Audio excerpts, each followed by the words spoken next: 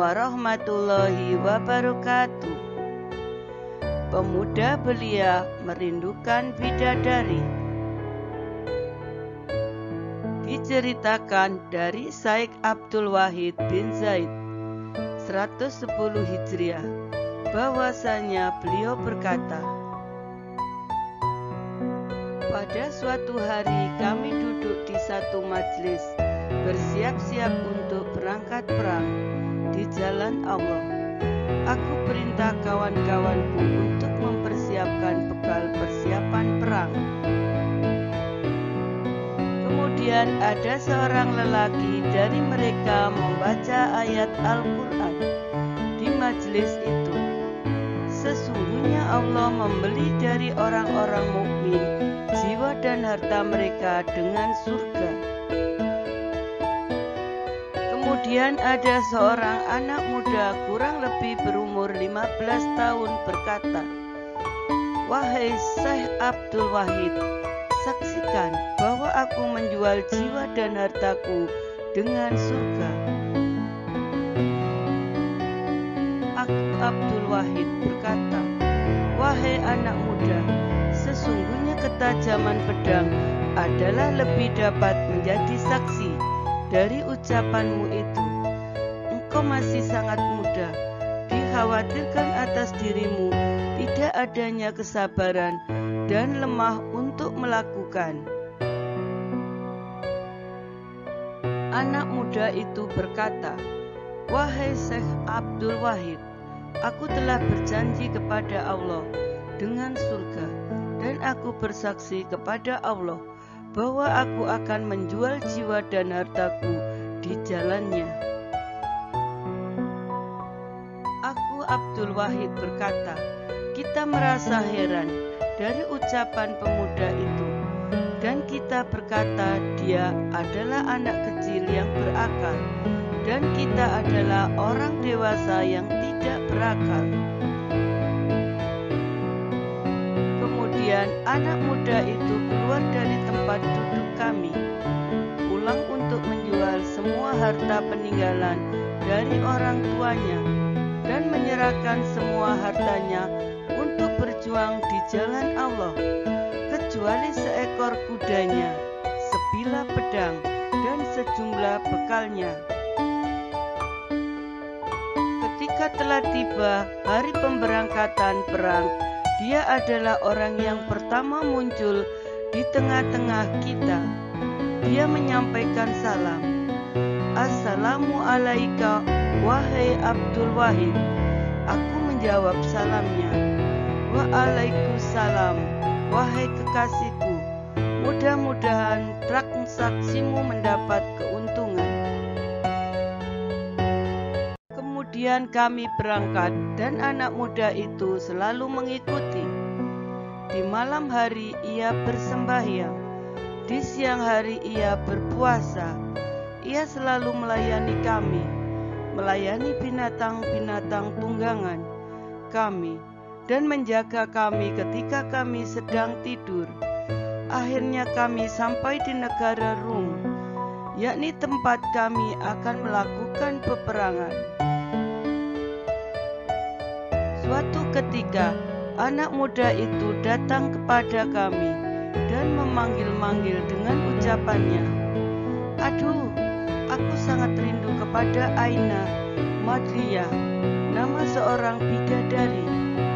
Kawan-kawanku berkata, barangkali anak muda itu stres dan terganggu akalnya. Aku bertanya pada anak muda, wahai kekasihku, apa itu Aina Madriyah? Anak muda itu menjawab, wahai tuanku, sesungguhnya aku tidur sebentar. Dalam tidur aku bermimpi, seolah-olah ada seorang yang datang padaku dan mengajak pergi menemui Aina Madriyah. Dia memegang tanganku dan berjalan, menggandengku sampai ke sebuah taman yang sangat indah. Di dalamnya terdapat air yang tidak berubah. Tiba-tiba di tepi sungai ada wanita-wanita muda yang mengenakan kain sutra dan perhiasan yang indah, yang tidak dapat aku gambarkan keindahannya.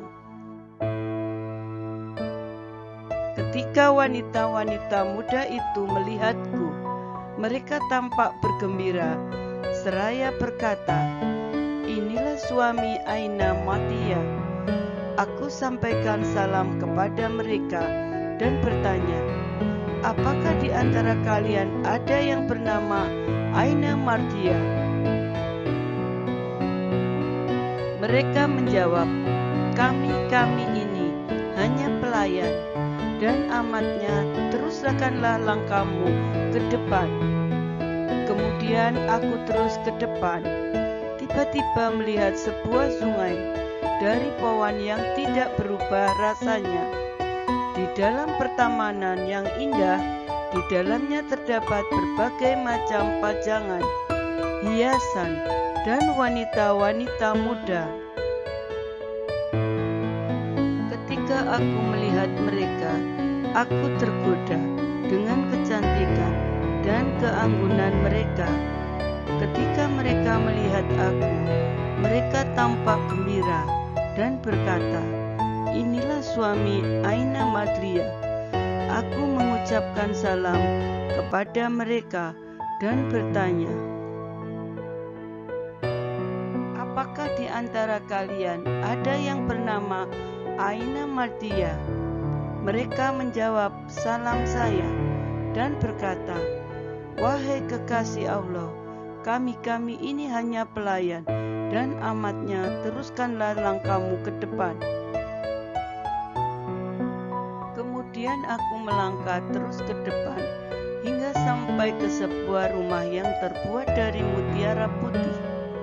Di pintu rumah itu ada seorang wanita muda yang mengenakan kain sutra dan perhiasan yang sangat indah, yang tidak dapat aku gambarkan keindahannya. Ketika ia melihatku, ia tampak bergembira dan memanggil-manggil orang di dalam rumah, "Wahai Aina Martia, inilah suamimu sudah datang." Lalu aku mendekatinya dan memasuki tempatnya. Aku lihat Aina Martia sedang duduk di atas ranjang yang terbuat dari emas merah dan dihiasi dengan mutiara, intan, dan berlian. Ketika aku melihatnya, aku tergoda dengannya. Ia berkata, "Marhaban bertemu kamu, wahai kekasih Allah. Sudah dekat masa kedatanganmu kepadaku." Kemudian aku mendekatinya, ingin memeluknya. Ia berkata, pelan-pelan, "Wahai wali Allah, engkau masih belum diizinkan memeluk aku, karena dalam dirimu masih ada ruh kehidupan.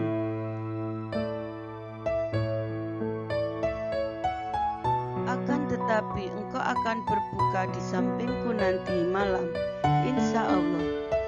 Kemudian aku terbangun dari tidurku, dan rasanya tidak ada kesabaran bagiku untuk bertemu dengannya. Wahai Syekh Abdul Wahid. Belum sampai anak muda itu menyelesaikan perkataannya, tiba-tiba barisan bala tentara musuh menuju ke arah kami. Anak muda itu langsung menyerang. Ada 9 laki-laki dari musuh yang ia bunuh, dan ia adalah laki-laki yang terbunuh yang ke-10. Aku datang kepadanya dan melihatnya. Ternyata ia berlumuran darah dan tersenyum sampai menemui ajalnya. Aku menyusahkannya dan aku mengucapkan syair yang artinya, "Wahai orang yang memeluk dunia yang tiada kekal, pada sore dan pagi hari kau akan tertipu dan terbujuk.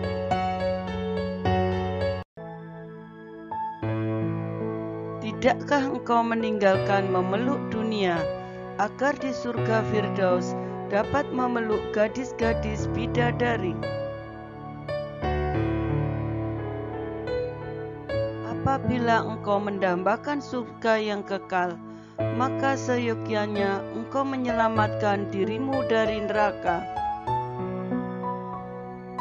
Ini adalah sebagian dari keutamaan berjuang di jalan Allah dengan jiwa dan raga serta harta. Sekian. Wassalamualaikum warahmatullahi wabarakatuh.